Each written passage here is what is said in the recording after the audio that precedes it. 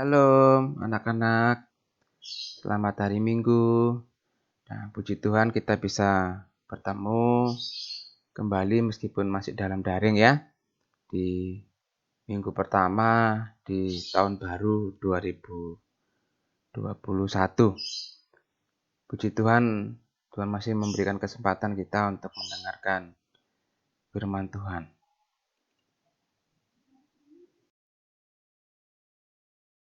Oke, baik. Bacaan Alkitab kita hari ini terambil di Keluaran 19 sampai 24, 1 Korintus 10 ayat 13 dan Efesus 2 ayat 8 dan 9. Oke, disiapkan ya Alkitabnya ya.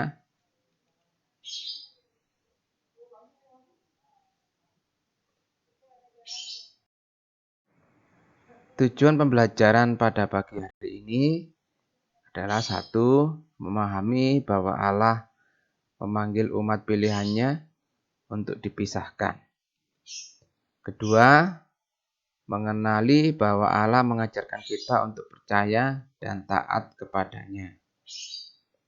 Dan yang ketiga, bertumbuh dalam mempercayai Kristus, melawan godaan, dan menaati perintah Allah. Nah, tapi sebelum lebih lanjut, kita berdoa terlebih dahulu ya. Mari kita berdoa. Terima kasih Bapa untuk pagi hari ini. Kami boleh berkumpul untuk mendengarkan firman Tuhan. Terima kasih Tuhan masih memberikan kami kesempatan untuk kami boleh belajar dari kebenaran firman Tuhan. Berkati kami Tuhan, untuk kami jadi anak-anak Tuhan yang terus dengarkan akan firman Tuhan dan melaksanakan firman itu sekarang sampai selama-lamanya. Terima kasih, hanya dalam nama Tuhan Yesus Kristus kami berdoa dan mengucap syukur. Amin.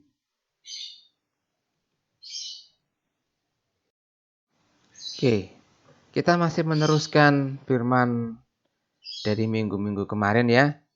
Jadi dari pelajaran pertama, kedua, dan ketiga. Nah, pelajaran pada ketiga minggu ini dengan judul Allah memberikan hukumnya pada umat kovenannya.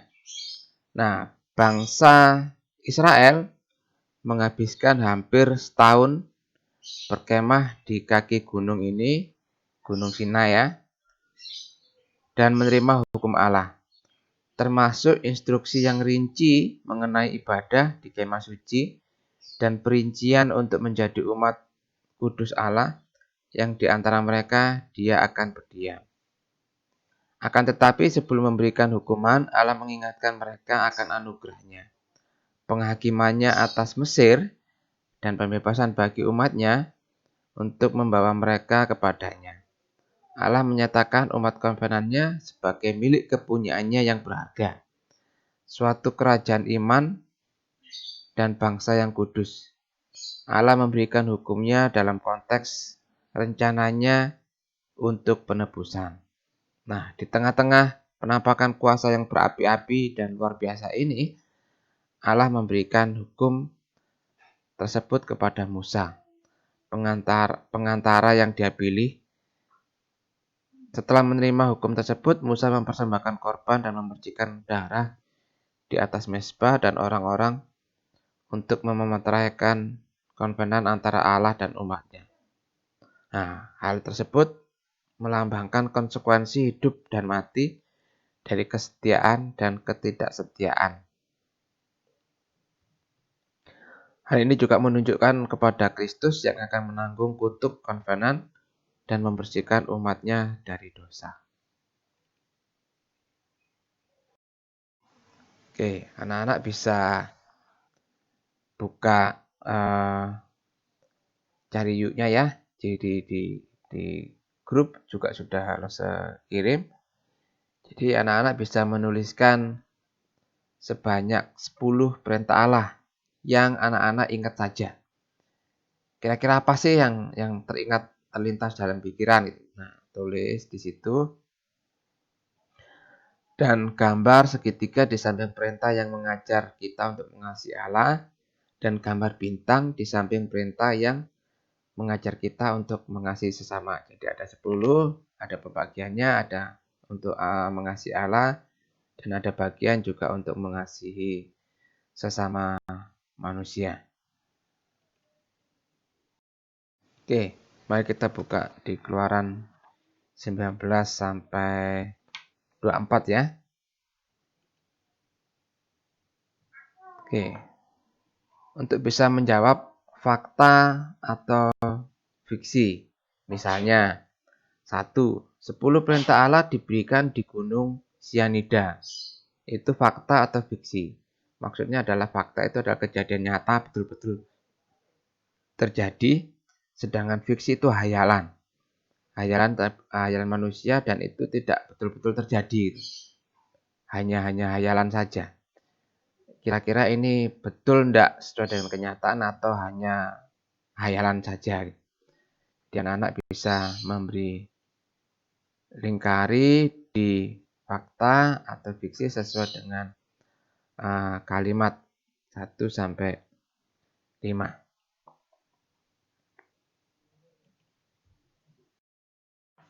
Nah, bila salah satu tugas kewajiban diperintahkan, seperti hukum Taurat ya, 10 hukum Taurat, dosa yang berlawanan dengannya dilarang. Dan bila salah satu dosa dilarang, tugas kewajiban dengannya diperintahkan. Maksudnya seperti ini. Ketika Allah memerintahkan kita untuk tidak melakukan sesuatu, artinya dia juga memerintahkan kita untuk melakukan sesuatu. Dan ketika dia memerintahkan kita untuk melakukan sesuatu, dia juga memerintahkan kita untuk tidak melakukan sesuatu. Paham ya? Oke, langsung kasih contoh. Ketika ibu kalian menyuruh kalian untuk membersihkan kamar, perintah ya, diperintahkan ibu menyuruh kalian untuk membersihkan kamar. Itu artinya adalah kalian tidak dapat, berarti dilarang ya, dilarang. Berarti kalian tidak dapat menonton TV, bermain video game, apapun lah, main HP misalnya. Jadi ketika ada perintah untuk dilakukan, berarti ada larangan untuk melakukan yang lain. Ya. Demikian juga sebaliknya. Ketika dilarang sesuatu, artinya adalah juga melakukan sesuatu yang lain. Misalnya, hormatilah misalnya, hormatilah ibumu misalnya, ayah ibumu. Berarti kan perintahnya untuk menghormati. Artinya adalah bahwa ada perintah juga untuk melarang. Melarang apa? Melarang mencaci maki orang tua, melarang tidak patuh sama orang tua, seperti itu. Jadi ketika ada perintah, berarti ada larangan yang lain. Ada larangan, perintah larangan, berarti ada tugas tanggung jawab yang lain untuk segera dilakukan. Nah, lebih lengkapnya seperti ini. Oke, lakukan atau jangan lakukan. Misalnya, menyebut nama Allah dengan hormat. Itu perintah ya, menyebut nama Allah dengan hormat. Nah, berarti ada sesuatu yang dilarang. Ketika ada perintah, ada sesuatu yang dilarang untuk dilakukan. Contoh, ketika menyebut nama Allah dengan hormat, berarti ada larangan, yaitu menyebut nama Allah sembarangan. Berarti larangan. Dilarang, jangan menyebut nama Allah dengan sembarangan. Karena perintahnya apa? Yang diminta untuk dilakukan adalah menyebut nama Allah dengan hormat. Larangannya adalah menyebut nama Allah dengan sembarangan. Jadi ini ada kalimat-kalimat yang harus dilakukan, ada kalimat-kalimat jangan dilakukan. Nah, nanti anak-anak cocokkan, misalnya tadi yang sudah saya langsung contohkan, menyebut nama Allah dengan hormat. Yang jangan dilakukan adalah menyebut nama Allah sembarangan. Demikian seterusnya, misalnya menguduskan hari Sabat, melalui ibadah, istirahat, dan perbuatan-perbuatan baik, jangan dilakukannya yang bagaimana. Nah, nanti ditarik garis supaya anak-anak paham bahwa ada yang perintah dilakukan berarti ada juga perintah yang tidak boleh melakukan sesuai dengan perintah yang dilakukan.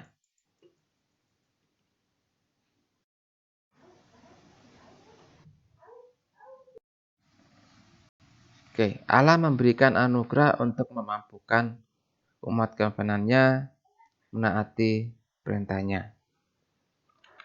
Allah menebus umatnya dari perbudakan di Mesir ya, di Mesir.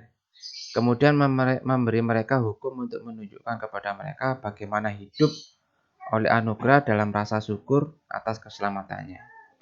Hanya anugerah Allah yang memampukan kita untuk mempercayai Dia dan mentaati hukumnya. Perkenan Allah tidak didapat dengan ketaatan kepada hukum. Nah, apa sih yang dimaksud dengan perkenan? Nah, apa sih yang dimaksud dengan perkenan?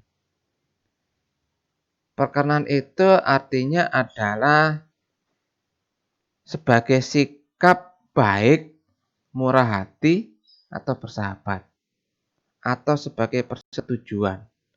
Di dalam arti Alkitabiah, perkenan Allah sering digunakan sebagai sinonim untuk anugerah Allah. Kebaikannya dalam menyelamatkan umat berdosa yang layak mendapatkan hukuman atas dosa-dosanya. Jadi kita tidak akan pernah bisa mendapatkan perkenan atau anugerah Allah dengan menaati perintahnya dengan sempurna. Jadi nggak bisa ya.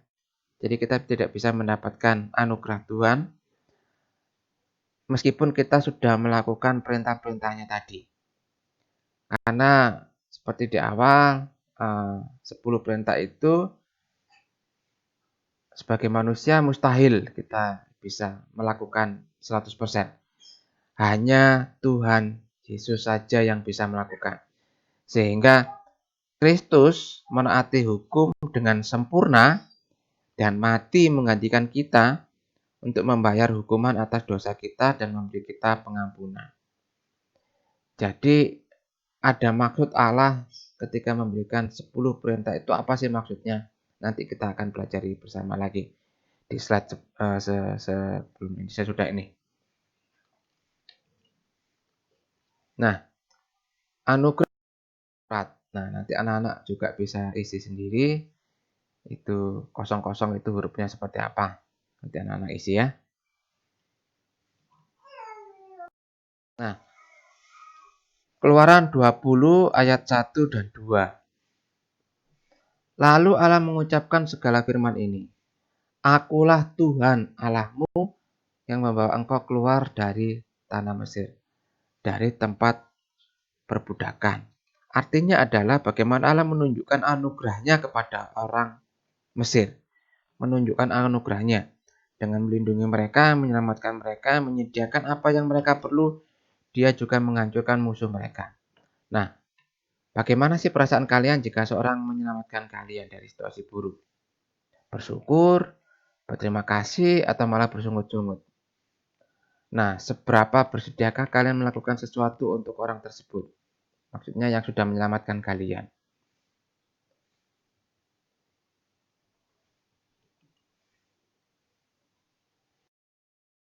Kita buka kembali Alkitab kita, Keluaran 20 ayat 18 sampai 21. Seluruh bangsa itu menyaksikan guruh mengguntur, kilat sambung menyambung, sangkakala berbunyi, dan gunung berasap. Maka bangsa itu takut dan gemetar, dan mereka berdiri jauh-jauh. Mereka berkata kepada Musa, "Engkaulah berbicara dengan kami, maka kami akan mendengarkan. Tetapi janganlah Allah berbicara dengan kami, nanti kami mati." Tetapi Musa berkata kepada bangsa itu, "Janganlah takut, sebab Allah telah datang dengan maksud untuk mencoba kamu dan dengan maksud supaya takut akan Dia ada padamu, agar kamu jangan berbuat dosa." Adapun bangsa itu berdiri jauh-jauh, tetapi Musa pergi mendekati embun yang kelam di mana Allah berada. Ya, ayat yang 20 nanti jadi ayat hafalan kita ya. Jadi diingat-ingat nanti ayat 20 jadi ayat hafalan kita. Nah, bagaimana orang-orang merespon penampakan yang mengagumkan atas kuasa Allah itu? Mereka takut dan gemetar. Bagaimana respon kalian jika kalian yang berada di sana? Sama-sama takut atau tidak takut? Nah, apa yang bisa Musa katakan kepada mereka? Jangan takut. Menurut ayat ini, apakah yang akan menjauhkan mereka dari hal berbuat dosa? Takut akan Allah. Jadi takut akan Allah itu menyebabkan kita tidak melakukan dosa. Takut kepada Tuhan. Jadi bukan melakukan dosa itu bukan karena takut sama mama atau sama papa atau dengan bapak ibu guru misalnya atau dengan dosa, bukan. Takut akan Allah. Takut akan Allah. Jadi sekali lagi tidak melakukan dosa itu karena kita takut akan Allah. Jangan mencontek nanti bapak ibu guru marah. Bukan. Tapi takut akan Allah. Bukan bapak ibu guru, tapi takut akan Allah. Oke. Efesus 2 ayat 8 dan 9. Sebab karena kasih karunia kamu diselamatkan oleh iman. Itu bukan hasil usahamu tetapi pemberian Allah. Itu bukan hasil pekerjaanmu, jangan ada yang memegahkan diri. Jadi anugerah kita itu karena iman, bukan hasil usahamu.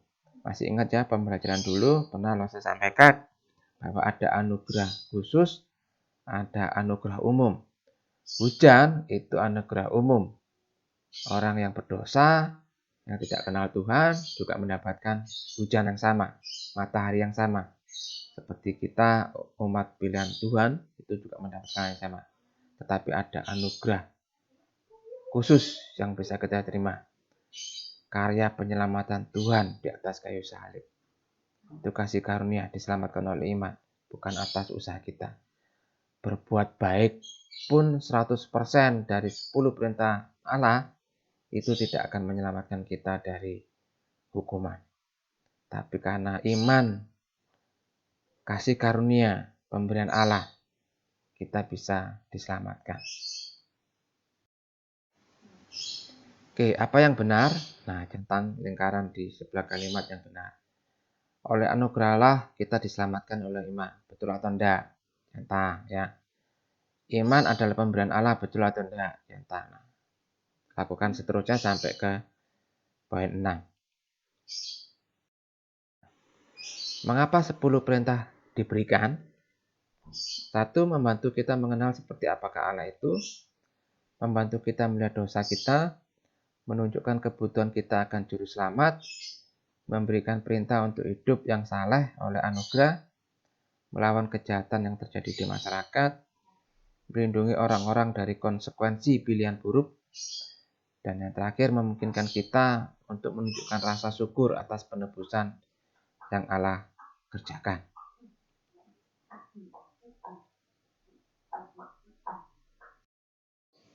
Oke, ini ayat hafalannya Keluaran 20 ayat 20.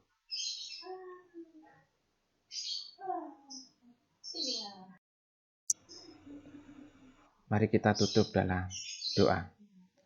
Tuhan, terima kasih untuk firman yang boleh kami baca, boleh kami dengar pagi hari ini. Kami bersyukur Tuhan untuk karya kasih penyelamatan Tuhan di atas kayu salib. Sehingga karena iman kami, percaya kami terhadap Engkau, kami diselamatkan, kami memiliki anugerah yang luar biasa yang kami peroleh dari Tuhan. Bukan hasil dari jerih payah kami. Terima kasih Tuhan. Berkati kami, kami akan undur dari pemberitaan firman Tuhan, tapi kami yakin dan percaya firman itu akan tetap tinggal diam dalam hati kami dan juga dalam setiap langkah-langkah hidup kami. Terima kasih Tuhan. Hanya dalam nama Tuhan Yesus Kristus hamba berdoa dan ucap syukur. Amin. Oke, sampai ketemu di minggu-minggu depan. Shalom, Tuhan Yesus berkati.